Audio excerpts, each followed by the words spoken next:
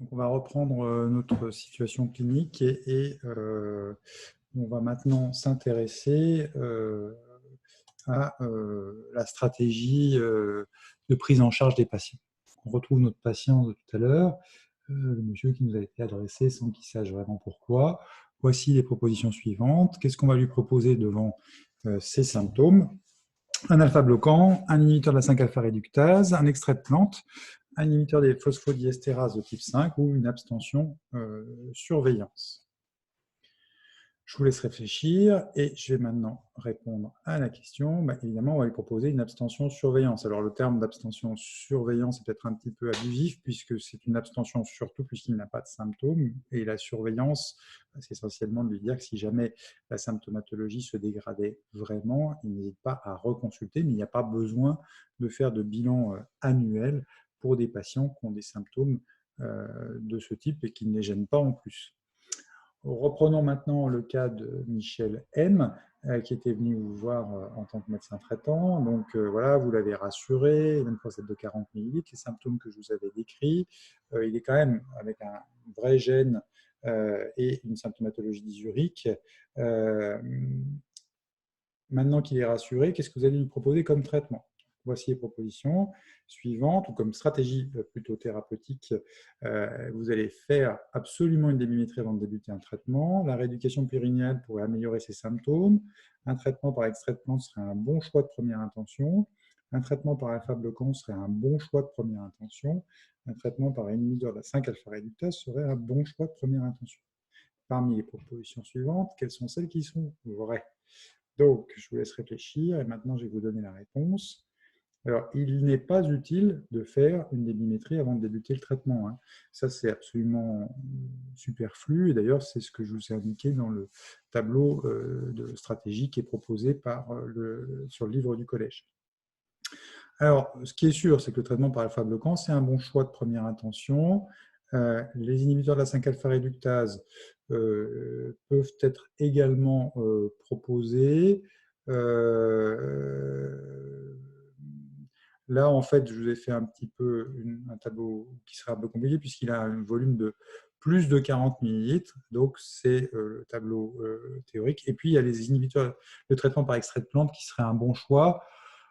Oui, sauf qu'on n'a pas forcément de preuve absolue de leur efficacité. Donc, ça sera à mon avis à retenir, puisque c'est ce tableau-là qui vous est donné dans le livre du collège et qui paraît assez logique. Vous voyez, alpha-bloquant, phytothérapie. J'ai mis en gras ce qui est le plus certain, entre guillemets, d'après la pratique clinique, et puis c'est également ce qui est indiqué dans le livre du collège.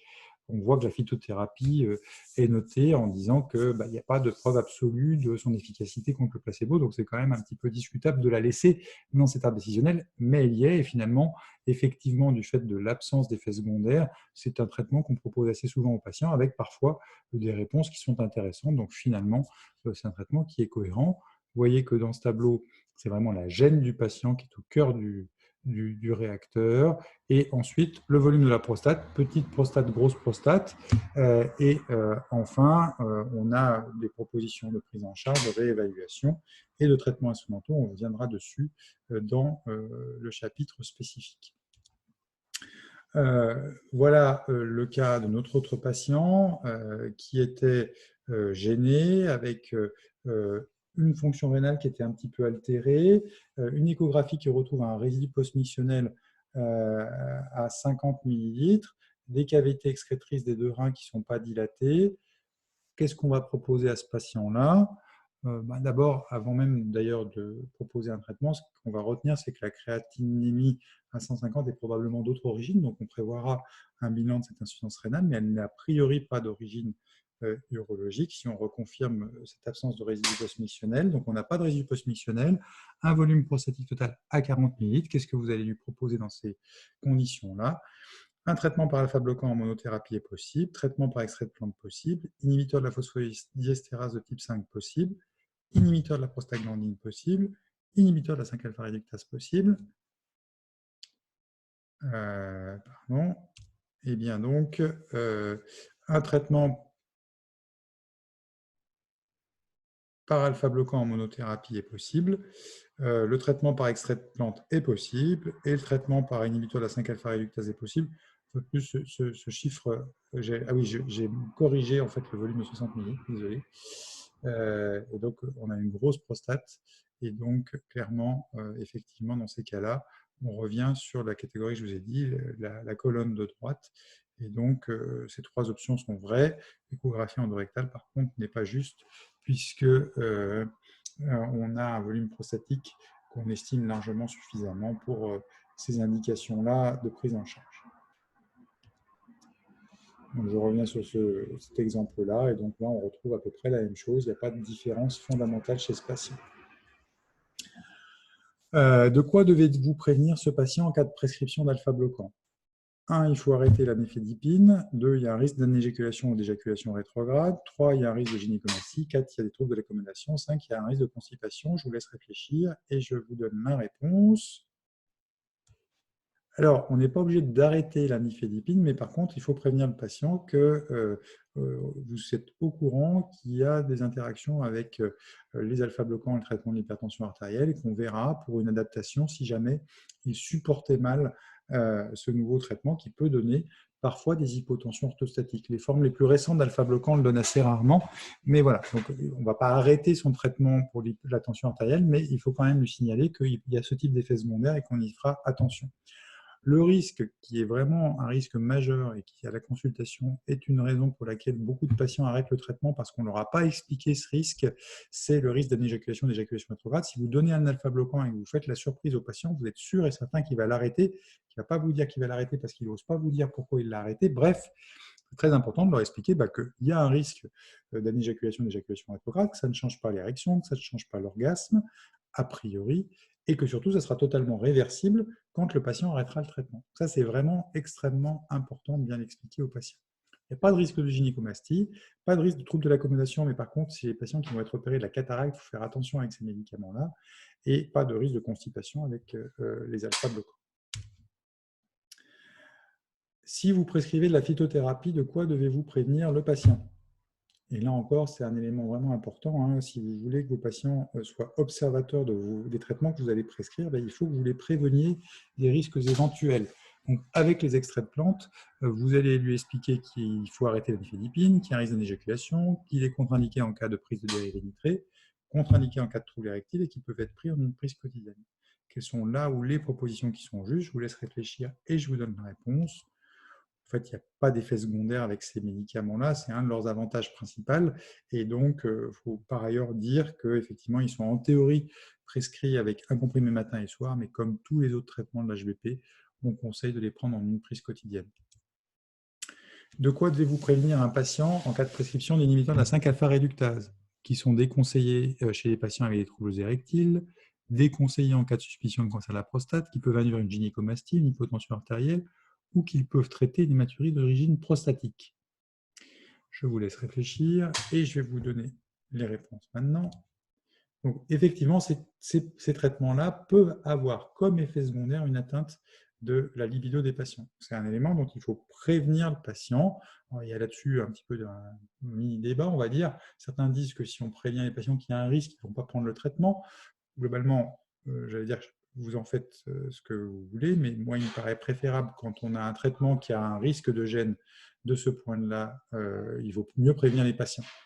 C'est vrai qu'en cas de suspicion de cancer de la prostate, il vaut probablement plutôt ne pas les utiliser puisqu'il y a un vrai impact potentiel de ce traitement sur le PSA, un débat autour du risque éventuellement d'avoir des cancers de haut grade. Bref, il y a des questions qui sont posées autour du cancer de la prostate avec cette famille thérapeutique. Vous verrez le détail dans le livre du collège. Ces traitements peuvent induire une gynécomastie puisqu'ils inhibent la transformation de testostérone en dihydrotestostérone au sein de la prostate, mais également éventuellement au niveau mammaire, et peuvent donc induire une gynécomastie. Par contre, ils ont un vrai avantage quand on a une hématurie d'origine prostatique sur des volumes prostatiques assez volumineux, et il y a une vraie efficacité sur l'hématurie d'origine prostatique de ces traitements-là. Donc là, il y a éventuellement un intérêt particulier si les patients se plaignent de symptômes de ce type. Quelles sont là ou les autres lignes thérapeutiques logiques chez ce patient-là? Si jamais on a un échec, on voit le patient 3 mois plus tard, il est en échec les 2 premières lignes de traitement, il n'a pas supporté la disparition de son éjaculation, il a arrêté le traitement par alpha-bloquant après une semaine, qu'est-ce que vous allez pouvoir lui proposer?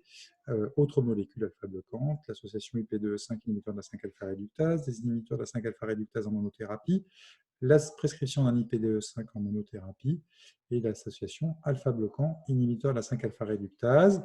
Je vous laisse réfléchir. Là encore, on suit toujours le tableau que je vous ai montré tout à l'heure. Et clairement, les 2 indications logiques, c'est un inhibiteur de la 5-alpha-réductase en monothérapie, puisqu'il a déjà eu alpha-bloquant et phytothérapie. Il a une prostate qui est d'un volume supérieur à 40 ml, donc on peut lui prescrire ça. Et puis, prescrire un IP2E5 en monothérapie peut se discuter également, notamment chez les gens qui ont des troubles de l'érection. C'est quelque chose qui, en général, est plutôt accepté par les patients, même si ce traitement dans cette indication-là n'est pas remboursé.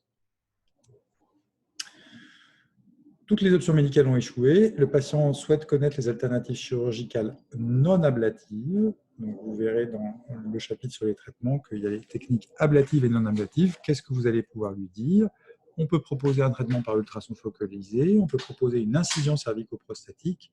Les alternatives thérapeutiques non ablatives sont utilisées dans le cadre de protocoles de recherche clinique. Les alternatives thérapeutiques non ablatives ont une durée d'efficacité inférieure au traitement ablatif et les alternatives thérapeutiques non ablatives ont moins de risques d'effets secondaires que les alternatives ablatives. Je vous laisse réfléchir sur ce sujet épineux et je vous donne la réponse. Voilà les options qui sont justes. Les alternatives thérapeutiques, aujourd'hui, la plupart ne sont pas encore complètement validées, donc sont plutôt à privilégier dans le cadre de protocoles de recherche clinique. Elles ont probablement une durée d'efficacité inférieure au traitement ablatif, et par contre, elles ont l'avantage d'avoir moins de risques d'effets secondaires que les alternatives ablatives. Et beaucoup de patients vont faire le choix de cette efficacité peut-être un petit peu inférieure, mais qui leur permet de préserver notamment l'éjaculation. C'est le grand sujet pour la plupart des patients, puisque les alternatives ablatives vont avoir un impact sur l'éjaculation.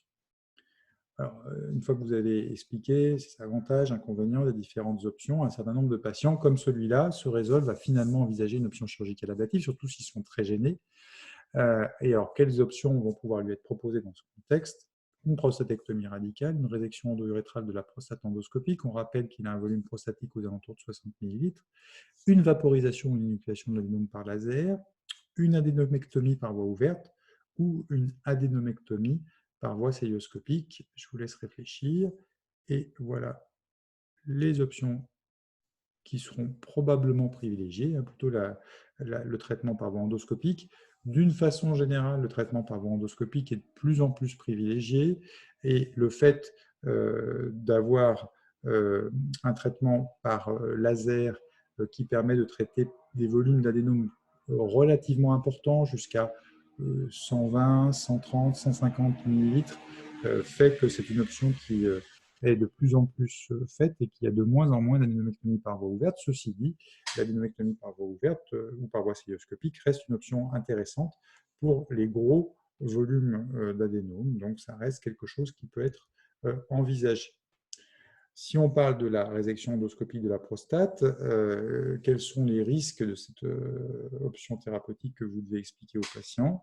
Elle entraîne une éjaculation rétrograde, elle expose un risque d'incontinence, un risque d'impuissance, un risque de sténose de l'urètre, un risque hémorragique justifiant des autotransfusions préparatoires. Je vous laisse réfléchir et je vais vous donner maintenant les réponses que je propose. Clairement, le risque d'éjaculation rétrograde, il est majeur. Alors, il y a des techniques pour essayer d'éviter ça, mais on explique en général aux patients que s'il fait le choix de cette chirurgie, il va y avoir une éjaculation rétrograde presque obligatoire ou une anéjaculation, ça dépend un petit peu de la définition qu'on met là-dessus. En tout cas, il y aura des troubles de l'éjaculation, très probablement. Il y a un risque d'incontinence qui est très faible, mais qui existe. Et ce risque très faible, c'est souvent ce qui va finir par faire hésiter le patient. On donne un chiffre de 1%, ça peut vous sembler faible, mais pour les patients, entre être gêné et ne pas avoir de risque d'incontinence et ce risque d'incontinence de 1%, un certain nombre va choisir ce risque faible. Habituellement, on dit aux patients qu'il n'y a pas de risque d'impuissance, mais dans le livre du collège, il y a une assez grande prudence, probablement judicieuse, et donc je pense que la réponse, si on lit bien le livre du collège entre les lignes, c'est de dire qu'il y a un petit risque d'impuissance. On n'est pas du tout sur le risque d'impuissance d'une prostatectomie radicale, mais le fait qu'il y ait des risques de troubles de l'éjaculation peut finalement, en regard, entraîner des risques d'impuissance. Et puis, elle expose à un risque de sténose de l'urètre. Ça, c'est vrai aussi. Tout sondage, toute endoscopie expose à ce risque-là. En revanche, il n'y a pas de risque hémorragique. Alors, dernière situation clinique sur ce patient qui avait une sténose de l'urètre. Quels traitements peuvent être proposés? On va aller très vite parce que c'est, à mon avis, à la limite de l'ECN pour l'instant. Encore qu'on vous demande les principes des traitements de la dysurie. Donc, c'est, à mon avis, quelque chose qui pourrait être discuté. La sténose de l'urètre, ça peut se traiter, je vais vous donner la réponse maintenant, par toutes ces options thérapeutiques. Et c'est vrai que c'est une prise en charge qui est maintenant assez largement répandue en France. Donc, toutes ces différentes alternatives pourront peut-être faire partie des options thérapeutiques qu'on vous demandera de connaître. C'est la raison pour laquelle je les ai citées. Je vous remercie de votre attention.